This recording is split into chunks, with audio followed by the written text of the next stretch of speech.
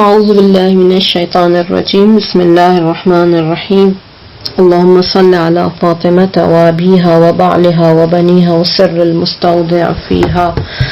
بعدد ما حاط به علمك۔ آج ہم جو ہے وہ شوہر یا بیوی کے انتخاب کے حوالے سے جو معیار ہیں جو اسلام نے قرار دیے ہیں اور جو کہ ہمیں سیرہ ائمہ علیہ السلام میں جو معیار ملتے ہیں ہم اس حوالے سے آج گفتگو کریں گے۔ انسان جو ہے وہ شادی کے لیے اس کی نظر میں مختلف قسم کے معیارات ہو سکتے ہیں، لیکن جو بھی معیار وہ انتخاب کرے گا اس کا ایک خاص نتیجہ ہوگا اور ایک خاص اثر ہوگا، اور معیار جو ہے وہ خوبصورتی ہوگی یا مال ہوگا یا مثال کے طور پہ کوئی معاشرتی مقام یا پوزیشن ہوگی، تو ظاہر ہے کہ ممکن ہے ان سب کو وہ حاصل کر لے، یعنی اگر خوبصورتی کے لیے شادی کرے تو بیوی شوہر کی خوبصورتی اس کو مل جائے، یا اگر اس کے مال و دولت کے لیے شادی کرے تو وہ اسے مل جائے، یا مثال کے طور پہ اگر وہ کوئی سوشل مقام یا پوزیشن حاصل کرنا چاہتا ہے اس کی وجہ سے تو وہ اس کو مل جائے۔ لیکن اصل جو شادی کا جو مقصد ہے وہ ہے انسان جو مشترکہ زندگی میں جو ہے وہ قرآن کریم نے جو اصلی ہدف بتایا ہے شادی کا وہ ہے کہ اپنی جو ضروری انسان کی احتیاجات ہیں، جو ضروریات ہیں، ان کو پورے کرتے ہوئے انسان جو ہے وہ اپنی خلقت کے اصل ہدف تک پہنچ جائے۔ اور جیسا کہ سورہ روم کی آیت نمبر 21 میں ارشاد ہوتا ہے وَمِنْ آيَاتِهِ أَنْ خَلَقَ لَكُم مِّنْ أَنفُسِكُمْ أَزْوَاجًا لِتَسْكُنُوا إِلَيْهَا وَجَعَلَ بَيْنَكُم مَّوَدَّةً وَرَحْمَةً إِنَّ فِي ذَلِكَ لَآيَاتٍ لِقَوْمٍ يَتَفَكَّرُونَ۔ اور پروردگار عالم کی نشانیوں میں سے یہ ہے کہ اس نے تمہاری ہی جنس میں سے تمہارے لیے بیوی اور شوہر جو ہے وہ پیدا کیے تاکہ تم ان کے نزدیک جو ہے وہ سکون حاصل کر سکو، اور تمہارے درمیان یعنی میاں اور بیوی کے درمیان شدید محبت اور رحمت پروردگار عالم نے قرار دی۔ اور بلا شک یہ جو خدا کی نعمت ہے، ایک گروہ جو ہے وہ ان کے بارے میں جو ہے وہ سوچتا ہے اور پروردگار عالم کی قطعی نشانیوں میں سے ہے۔ جس طرح کہ خدا کی یاد جو ہے اور اس کی سمت جب ہم حرکت کرتے ہیں تو انسان کو سکون محسوس ہوتا ہے خدا کی یاد سے، تو یہ شادی بھی جو ہے وہ اس طرح سے ایک خدائی حرکت جو ہے وہ سمجھی جاتی ہے، اور ایک طرح سے عبودیت کا جو راستہ ہے وہ جو ہے وہ اس کے ذریعے سے طے کیا جاتا ہے، اور آخر میں جو ہے وہ کیا قرار پاتا ہے کہ انسان اس کے ذریعے سے سکون اور آرام حاصل کرے۔ وہی پروردگار جس نے اس ازدواج کو، اس شادی کو جو ہے وہ سکون حاصل کرنے کا ذریعہ بنایا ہے، اسی نے ہی شادی کے لیے معیار بھی قائم کیے ہیں کہ انسان جو ہے وہ اس شادی کے ذریعے سے سکون حاصل کر سکے۔ ظاہر سی بات ہے جب خدائی معیار ہوں گے تو ہی انسان جو ہے وہ اس شادی کے ذریعے سے سکون اور آرام حاصل کر سکے گا۔ اور خاص طور پہ حضرت زہرا سلام اللہ علیہ کی سیرت کی طرف جب ہم توجہ کرتے ہیں، اس پہ توجہ رکھتے ہوئے جو کچھ معیار جو بیان کیے گئے ہیں وہ سب سے پہلا ان میں جو ہے وہ ایمان اور دینداری ہے، سب سے پہلا معیار جو کہ ہمیں امیر المومنین علیہ السلام و جناب زہرا سلام اللہ علیہ کی زندگی میں جو نظر آتا ہے۔ لہٰذا ہم دیکھتے ہیں کہ جناب زہرا سلام اللہ علیہ نے اپنے تمام جتنے بھی آپ کے رشتے آئے تھے اور جتنے بھی آپ کے خاصگار آئے تھے وہ سب جو ہے وہ بڑے بڑے قبیلوں کے سردار تھے، اور اپنے قبیلوں کے جو ہے معروف افراد تھے۔ ان میں سے کس کا انتخاب کیا؟ امیر المومنین علیہ السلام کا انتخاب کیا، جو کہ ایمان، تقوی اور دینداری کا جو ہے وہ سمبل تھے۔ اور اسی طرح خواستگاری کی طرف جیسے کہ ہم نے اشارہ کیا جناب زہرا سلام اللہ علیہ کی کہ رسول خدا صلی اللہ علیہ وسلم نے جب یہ درخواست جو ہے وہ پیش کی امیر المومنین علیہ السلام کی خواستگاری کی، جناب زہرا سلام اللہ علیہ سے کیا فرمایا تھا کہ امیر المومنین علیہ السلام وہ ہیں جو کہ قرابت، فضیلت اور اسلام میں سبقت کی وجہ سے آپ ان کو جانتی ہیں، اور میں نے پروردگار عالم سے یہ چاہا ہے کہ دنیا کی بہترین مخلوق سے جو ہے وہ آپ کی شادی ہو. اور رسول خدا نے بھی آپ کی جو اسلام میں جو سبقت تھی، یعنی جو سب سے پہلے آپ نے نوجوانوں میں اسلام قبول کیا تھا، اور امیر المومنین علیہ السلام کے جو فضائل تھے ان کو بہترین معیار قرار دیا داماد انتخاب کرنے کے لیے. اور جیسا کہ روایت میں بھی آیا ہے کہ آپ نے جو ہے وہ ایک شخص سے جو کہ شادی کے لیے آپ سے مشورہ کرنے کے لیے آیا تھا،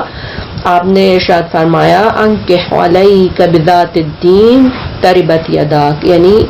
ایسے شخص سے شادی کرو، ایسی بیوی سے شادی کرو، ایسی عورت سے شادی کرو، یا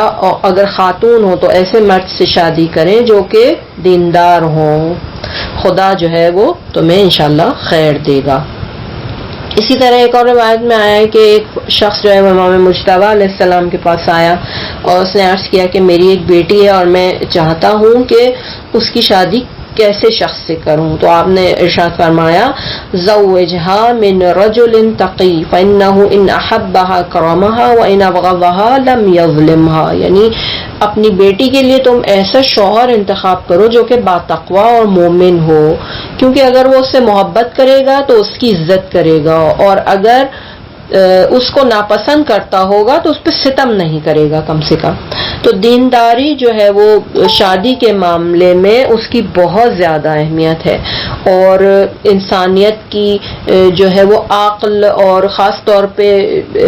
کسی جب امور اس کو پیش آتے ہیں ان کی تدبیر کرنے میں یہ عقلانیت جو ہے وہ بہت اس کے کام آتی ہے اگر دیندار ہوگا وہ شخص. لیکن اگر ایسا شخص ہوگا جو اپنی ہوا ہوس کی پیروی کرتا ہوگا تو ہمیں معلوم ہے کہ اس کا سلوک جو ہے وہ کس طرح کا ہو سکتا ہے. جیسا ہم اپنے معاشرے میں آج کل دیکھ رہے ہیں کہ لوگ زیادہ تر اسی طرح ہیں کہ کیونکہ دین سے دور ہے، لہٰذا ہم دیکھ رہے ہیں کہ ظلم جو ہے وہ معاشرے میں بڑھتا جا رہا ہے خواتین کے اوپر. اور جو دیندار افراد ہیں کیونکہ ان کی ایک شخصیت ہوتی ہے، اور خاص طور پہ اپنے اعتقادات کی وجہ سے دین اور ایمان کے سامنے، اور خاص طور پہ پروردگار عالم کے سامنے وہ اپنے آپ کو ذمہ دار سمجھتے ہیں، تو یہ دینداری جو ہے وہ ان کی زندگی میں ایک طرح سے اس کو اسٹیبل کرنے کا جو ہے وہ سبب بنتی ہے. دوسرا جو معیار بیان کیا گیا ہے وہ ہے امانت داری. جیسے کہ روایات میں بھی بیان کیا گیا ہے کہ شوہر یا بیوی کے انتخاب کے لیے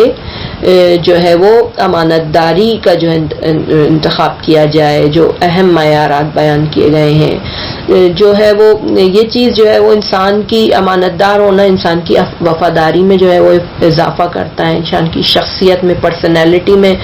اضافہ کرتا ہے. اور خاص کر اگر مرد جو ہے وہ عورت کو امانت سمجھے گا، جیسے کہ بہت سی روایات میں آیا ہے کہ وہ مردوں سے یہ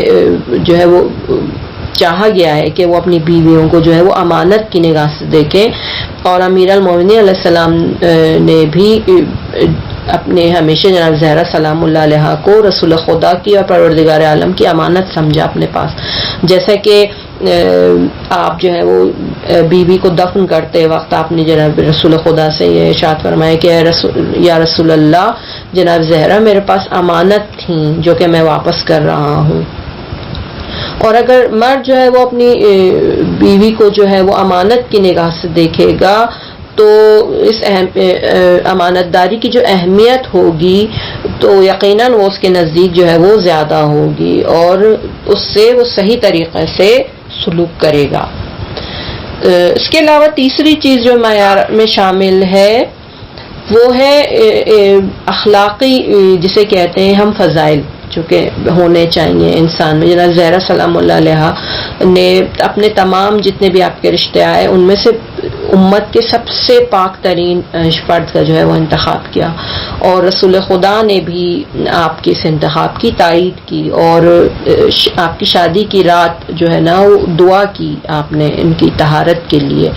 اپنے داماد اور جو ہے وہ جناب زہرا سلام اللہ علیہ کی. جیسے کہ بیان کیا گیا ہے اللہم انہما منی وانا منہم اللہم کما ذہبت عنی الرجس وطہرتنی تطہیرا فاذہب عنہما الرجس وطہرہما تطہیرا. یہ دعا فرمائی رسول خدا نے آپ کی شادی کی رات کہ خدایا یہ دونوں مجھ سے ہیں اور میں ان دونوں سے ہوں، جیسا کہ تو نے مجھ سے ہر برائی کو دور کر دیا ہے اور مجھے پاک کر دیا، اسی طرح ان دونوں کو بھی تو پاک فرما۔ اور پروردگار عالم کی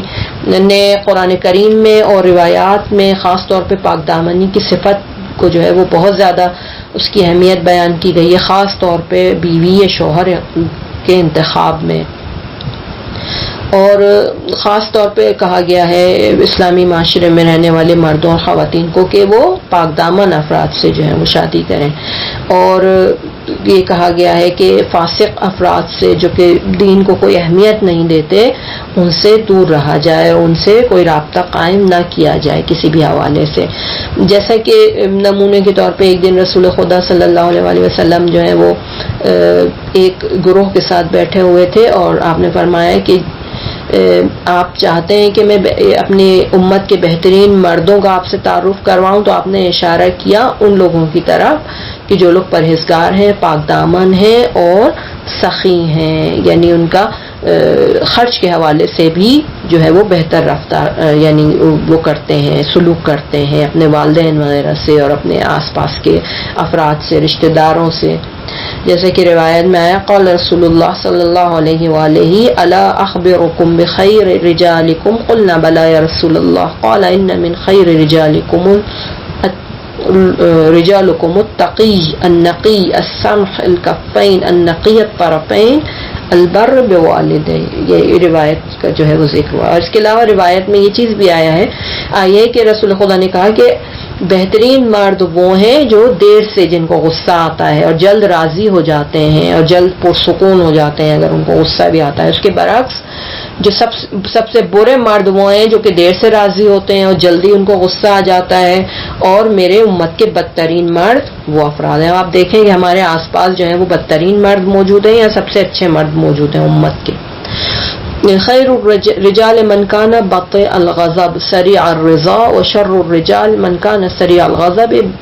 بطء الرضا، یعنی ایک فاطمی گھرانے میں مرد اور خاتون جو ہیں وہ شہادت دیتے ہیں کہ ہم نے کبھی بھی ایک دوسرے کو غصہ نہیں دلایا، جیسے کہ امیر المومنین علیہ السلام فرماتے ہیں جناب زہرا سلام اللہ علیہ کے بارے میں فواللہ ما اغضبتها ولا كرهتها على امر حتى قبضها الله عز وجل إليه ولا غضبتني ولا عصت لي أمرا ولا كنت أنظر إليها فتنكشف عني الہموم والاحزان، یعنی تعریف کر رہے ہیں یہاں پہ امیر المومنین علیہ السلام کہ خدا کی قسم کبھی بھی فاطمہ پہ میں نے غصہ نہیں کیا اور ان کو میں نے کسی کام کے لیے مجبور نہیں کیا، یہاں تک کہ پروردگار عالم نے ان کو اپنے پاس بلا لیا، اور انہوں نے بھی اسی طرح نہ کبھی مجھے غصہ دلایا اور کبھی بھی میری درخواست کے خلاف انہوں نے میری مرضی کے خلاف کوئی عمل نہیں کیا، اور جب بھی میں ان کی طرف نگاہ ڈالتا تھا تو میری تمام پریشانیاں اور میرے تمام غم جو ہیں وہ دور ہو جایا کرتے تھے۔ یعنی اس طرح ہونا چاہیے میاں بیوی کو ایک دوسرے کے لیے کہ جب ایک دوسرے کے اوپر نگاہ ڈالیں تو ان کی پریشانیاں جو ہیں وہ دور ہو جائیں۔ اس کے علاوہ چوتھا معیار جو کہ بیان کیا گیا ہے ایک اسلامی شادی کے لیے اور ایک فاطمی گھرانے کے لیے، وہ ہے میٹیریلزم کی طرف توجہ نہ دینا، یعنی مادیات کی طرف توجہ نہ ہونا۔ جناب زہرا سلام اللہ علیہ نے بھی ہم نے دیکھا کہ شوہر کے انتخاب میں آپ نے رسول خدا کی تائید کی، اور رسول خدا نے بھی جب داماد کا انتخاب کیا تو انہوں نے بھی یہ دیکھا کہ انہوں نے معیار جو ہے وہ دولت کو جو ہے وہ قرار نہیں دیا، اور جو اتنے آپ کے اہم جتنے بھی رشتے آئے تھے وہ مادی حوالے سے اور قبیلے کے حوالے سے، کہ ان میں ظاہراً امیر المومنین علیہ السلام جو تھے وہ فقیر ترین شخص تھے امت کے، لیکن بہت زیادہ جسے کہتے ہیں کہ باصلاحیت افراد تھے، فرد تھے، وفادار تھے، اور خاص طور پہ ذمہ دار تھے، فرد تھے، اس لیے آپ کا انتخاب کیا، اور اسی لیے جو رسول خدا نے آپ کی تائید کی، خاص طور پہ جب دوسرے مالدار جو خواستگار جو آئے تھے اور جو یہ چاہتے تھے کہ ہم اپنے آپ کو مثال کے طور پہ بہت بڑا سمجھتے تھے، لیکن رسول خدا نے ان کے سامنے جو ہے وہ بالکل ایک طرح سے قاطعانہ رویہ اختیار کیا اور اعتراض کیا ان لوگوں کے اوپر جنہوں نے جو دولت کی وجہ سے یا اپنے قبیلے کی وجہ سے آئے تھے رشتے کے لیے. جیسے یہ تاریخ میں بھی نقل ہوا ہے کہ عبد الرحمن ابن عوف اور عثمان ابن عفان جو کہ دونوں جو تھے وہ بہت دولت مند افراد تھے، جب جناب زہرا سلام اللہ علیہ کے لیے آئے خواستگاری کے لیے رسول خدا کی خدمت میں، تو عبد الرحمن نے عرض کیا کہ رسول اللہ اگر آپ جناب زہرا کی تزویج میرے ساتھ کریں، میری ساتھ ان کی شادی کریں، تو میں سیاہ آنکھوں والے جو ہے وہ 100 اونٹ جو ہے جن کے اوپر جو ہے وہ مصری بہترین کپڑا جو ہے وہ کتان کا لدا ہوا ہوگا، اور 10,000 دینار جو ہے وہ میں ان کے مہریے میں دوں گا. اور عثمان نے بھی اسی طرح کہا کہ یا رسول اللہ میں بھی حاضر ہوں کہ میں بھی اتنے ہی مہر کے ساتھ جو ہے نا وہ شادی کروں جناب زہرا سے، اور میں برتری رکھتا ہوں عبد الرحمن پہ کیونکہ میں نے جو ہے وہ پہلے اسلام قبول کیا ہے ان سے پہلے. تو رسول خدا ان دونوں افراد کی جو ہے وہ باتوں سے بہت زیادہ سخت ناراض ہوئے، اور اس لیے کہ ان کو یہ بتائیں کہ ان کی مال و دولت رسول خدا کو کسی بھی قسم سے متاثر نہیں کر سکی، اور یہ بتانے کے لیے کہ شادی جو ہے وہ خرید و فروخت کا معاملہ نہیں ہے کہ آپ جو ہے وہ ایکسچینج کریں ایک دوسرے سے، بیٹی دیں اور اس کے بدلے میں دولت اور ثروت لے لیں. آپ نے اپنے ہاتھوں میں کچھ جو ہے وہ سنگریزے اٹھائے اور ان کی طرف جو ہے وہ پھینکے اور کہا کہ تم یہ سوچتے ہو کہ میں جو ہے وہ غلام ہوں پیسے کا اور دولت کا، اور اپنے دولت کی وجہ سے تم میرے اوپر جو ہے وہ فخر اور مباحت کرتے ہو اور چاہتے ہو کہ اس پیسے کی وجہ سے تم جو ہے وہ شادی کو جو ہے مجھے مجبور کر سکو اس شادی پہ. لیکن جب امیر المومنین علیہ السلام جو ہے وہ اپنی بہت سخت حالات میں جس طرح کے تھے، جو اقتصادی ان کے حالات تھے وہ بہت زیادہ یعنی مشکل میں تھے امیر المومنین علیہ السلام، لہذا جب آپ لیکن ذمہ داری اور شجاعت کی وجہ سے جو کہ بلند ترین مقام پہ تھے آپ، اور ایک طرح سے پرچمدار تھے اور جسے کہتے ہیں کہ پہلوان تھے، یعنی تمام جنگوں کی، تمام غزوات کے اور جنگوں کے جو رسول خدا کے زمانے میں ہوئے. آپ کی جو شجاعت تھی وہ جو تھی وہ ضرب المثل تھی تمام عربوں کے لیے، اور جو کہ دشمن کے مقابلے میں فرار کو جو ہے نا بہت اپنے لیے ذلت سمجھتے تھے اور کہتے تھے کہ دشمن کے سامنے جو ہے وہ فرار کرنا جو ہے وہ ہمارے لیے آر اور ننگ کا باعث ہے. مگر ایک علی ابن ابی طالب علیہ السلام اور آپ کی زرہ جو تھی کبھی بھی وہ پشت پہ نہیں ہوتی تھی، کیونکہ آپ نے کبھی بھی دشمن کی طرف پشت نہیں کی اور ہمیشہ جو تھے وہ رسول خدا کے مطیع تھے، ہمیشہ آپ کے حکم کے جو ہے وہ تابع تھے. اور اسی طرح آپ نے مسلمانوں کی تاریخ میں جسے کہتے ہیں بہت ساری مسائل جو ہیں وہ آپ کی تدبیر کی وجہ سے حل ہوئے، جیسے کہ شیب ابی طالب میں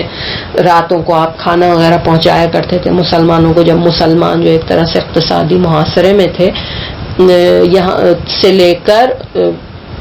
قلعہ خیبر کی فتح تک اور طائف تک اور کعبے کی بت شکنی تک امیر المومنین علیہ السلام کی فضائل سب کے سامنے جو تھے وہ ظاہر تھے. یہ آپ کی قدرت اور اقتدار اور آپ کی جو خاص طور پہ ذمہ داری جو آپ سمجھتے تھے اسلام کے مقابلے میں، ان سب کی یہ نشانیاں تھیں. اسی لیے آپ نے جو ہے انتخاب کا جو معیار جب بنایا جناب زہرا اور جناب رسول خدا نے، وہ کیا تھا آپ کی طرف سے؟ آپ کا ایمان، آپ کی دینداری، آپ کی قدرت اور آپ کی ذمہ داری جو ہے وہ ذمہ دار ہونا جو ہے وہ اصل میں یہ معیارات تھے جناب زہرا سلام اللہ علیہ کے لیے اور رسول خدا کے لیے.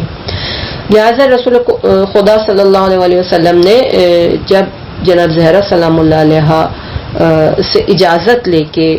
جب امیر المومنین علیہ السلام کے پاس آئے، یعنی جب جناب زہرا کے سامنے آپ نے بیان کیا کہ امیر المومنین آپ کے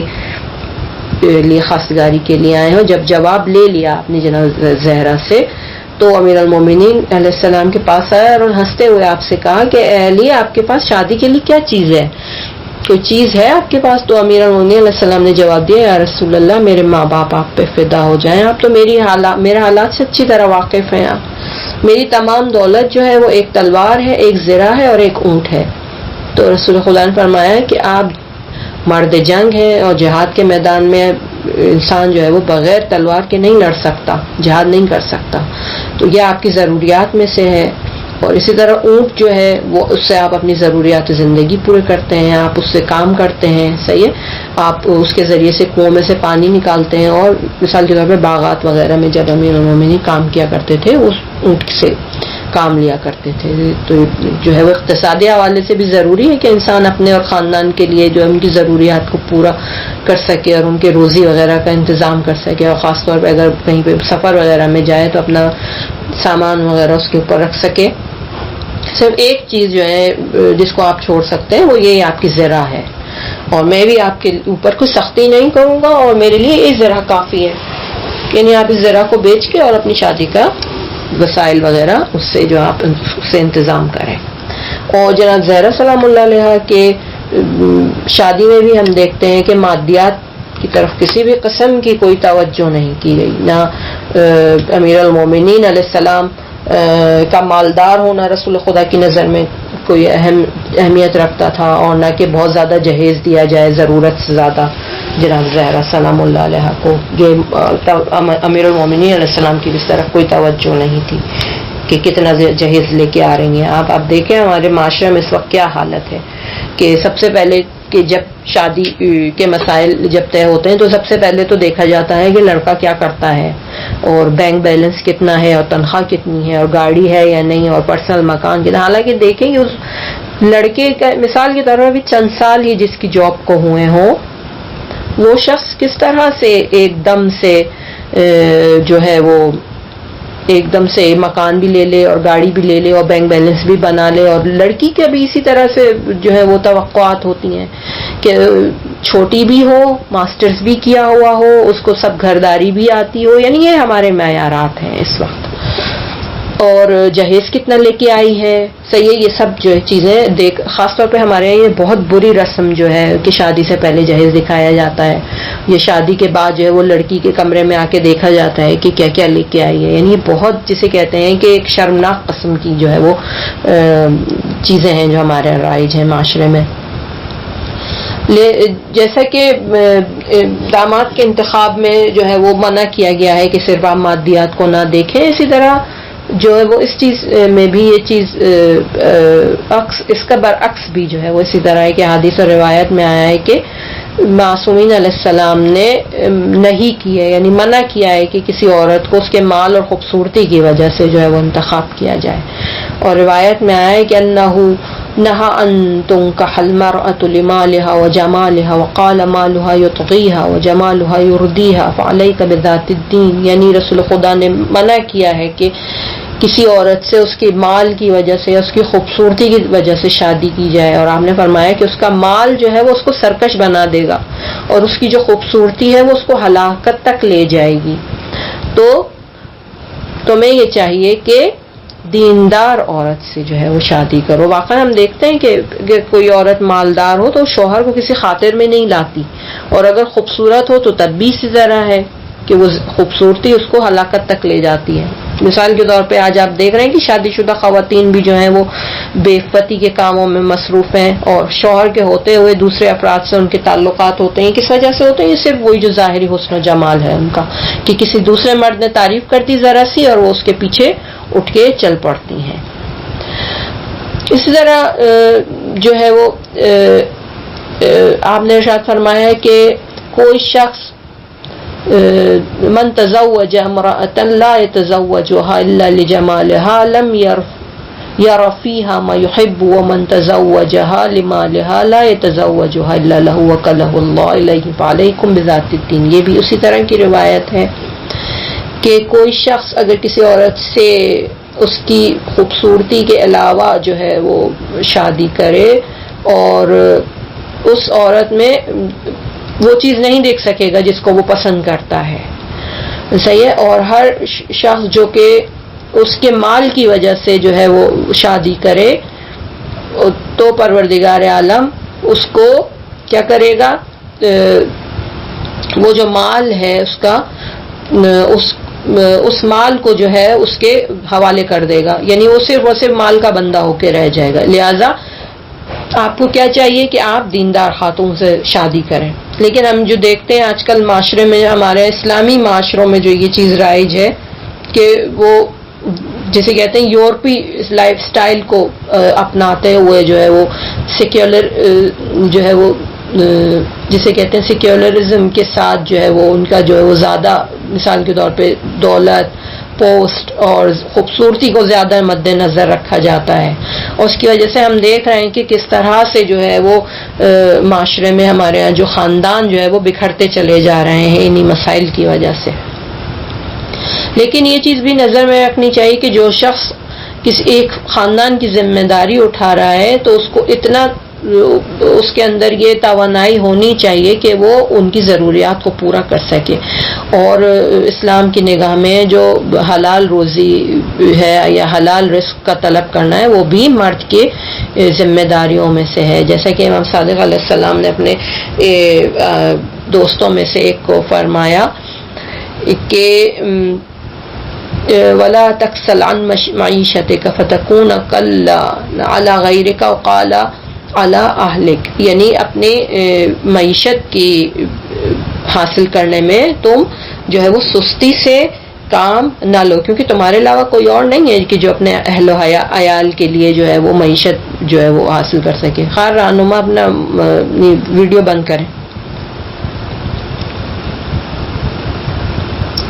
اس کے علاوہ پانچواں معیار جو ہے ہمارے پاس وہ ہے تناسب ہونا اور کفو ہونا، یعنی جسے کہتے ہیں برابر ہونا، فیملی وائز برابر ہونا. اس کے علاوہ جو آپ کی معاشی حالات ہیں اس حوالے سے برابر ہونا. ایسا نہ ہو کہ ایک شخص جو ہے وہ بہت زیادہ مالدار ہے، یعنی لڑکا بہت زیادہ مالدار ہے اور لڑکی بہت زیادہ غریب خاندان کی ہے، یا لڑکا متوسط گھرانے کا ہے اور لڑکی بہت زیادہ مالدار فیملی کی ہے. صحیح ہے. اسی طرح جو ہے وہ دینداری کے حوالے سے بھی دونوں کو برابر ہونا چاہیے. ایک اور اہم معیار جو ہے وہ بیوی یا شوہر کے انتخاب کے لیے، جو کہ امیر المومنین علیہ السلام و جناب زہرا سلام اللہ علیہ کی شادی میں جس کا خیال رکھا گیا ہے وہ تناسب ہے اور کفو ہونا ہے. یعنی اس طرح نہیں ہے کہ دو اچھے انسان جو ہیں وہ ہمیشہ ایک دوسرے کے لیے اچھے ہوں اور ان کے درمیان، لیکن تناسب اور ہمتائی کا اور ایک جیسا ہونے کا یہ جو معیار ہے اس کو بھی مد نظر رکھنا چاہیے، تاکہ اس کی بنیاد پر جو ہے وہ شادی کے لیے کوئی وہ فیصلہ کر سکیں. جیسے کہ کتاب البرہان فی تفسیر القرآن میں امام صادق علیہ السلام نے اس مسئلے کی طرف جو ہے وہ جو کہ بہت اہم ہے امیر المومنین علیہ السلام اور جناب زہرا سلام اللہ علیہ کے حوالے سے اشارہ کیا ہے کہ لولا ان اللہ خلق امیر المؤمنین لفاطمہ ما کان لها کفوا علی ظہر الارض، یعنی اگر پروردگار عالم امیر المؤمنین علیہ السلام کو جناب زہرا سلام اللہ علیہ کے لیے خلق نہ کرتا تو ان کے لیے زمین پر کوئی کفو اور ہمسر موجود نہیں تھا.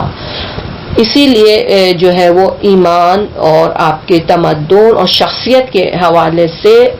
جو ہے وہ کفو ہونا اور تناسب ہونا جو ہے وہ ضروری ہے. اور خاص طور پہ یہ چیز جو ہے وہ آپ کے خاندان کی کامیابی میں بہت زیادہ یہ اہمیت رکھتی ہے. لیکن اگر ایمان کا مطلب جو ہے وہ حقیقی مطلب ہم لیں اور اس کے تمام زاویوں پہ ہم جب توجہ دیں تو اس کے سامنے جو ہے وہ دوسرے اختلافات اتنے زیادہ ان کی کوئی حیثیت نہیں ہوتی. لیکن اگر دونوں ایمان میں کامل ہوں تو باقی چیزوں کو جو ہے وہ بیلنس کیا جا سکتا ہے، کیونکہ ایمان جو ہے وہ انسان کی زندگی میں نا جو ہے وہ 3 اہم کام انجام دیتا ہے. سب سے پہلی چیز جو ہے وہ ایمان کی جو بنیاد پہ جو ہے وہ دونوں طرف یعنی مرد اور عورت جو ہے وہ اپنے جو سلوک جو ہے انہوں نے ایک دوسرے کے ساتھ کس طرح سے رفتار کرنی ہے اور سلوک کرنا ہے اس کی بنیاد پر اس کو وہ تنظیم کرتے ہیں. اور اپنے اختلافات میں جو ہے وہ ایمان کو جو ہے وہ ہمیشہ داور اور جو ہے وہ قاضی قرار دیتے ہیں اور انسان کو جو ہے وہ نیک اخلاق بناتے ہیں. اس کے علاوہ ایک دوسرے کے ساتھ جسے کہتے ہیں مسالمت آمیز طریقے سے زندگی گزارنے کا، اور جو لذت بخش جو روابط ہیں، جو فیملی ٹرمز ہیں، ان کی جو ہے وہ ضمانت دیتے ہیں۔ اس کے علاوہ انسان کے اندر بردباری اور اثار کا جو جذبہ ہے اس کو بھی بہت زیادہ بڑھاتا ہے ایمان، جس کی وجہ سے کیا ہوتا ہے، آپ جو ہے وہ زندگی میں جتنے بھی آپ کی بحران آتے ہیں اور مشکلات آتی ہیں، آپ ان پہ آسانی سے جو ہے وہ کنٹرول کر سکتے ہیں اور قابو پا سکتے ہیں، صرف اور صرف اس ایمان کی بدولت۔ لیکن اگر دوسری ایمان نہ ہو اور دوسری چیزیں ہوں تو ہم جو ہے گارنٹی نہیں دے سکتے کہ یہ زندگی جو واقعاً اچھی زندگی گزرے گی۔ لیکن ہم نے واقعی ایسے با ایمان لوگوں کو دیکھا ہے کہ جن کی زندگی میں صرف اور صرف ایمان حاکم تھا، اور انہوں نے باقی دوسری جتنے بھی مسائل تھے ان پہ انہوں نے قابو پایا، مالی حوالے سے جو مسائل تھے اس پہ انہوں نے اپنے اس ایمان کی بدولت قابو پایا، یا مثال کے طور پر ان کی زندگی میں اور بھی جو مسائل تھے وہ سب جو ہے وہ صرف اور صرف ان کی زندگی میں ایمان اور دینداری ہونے کی وجہ سے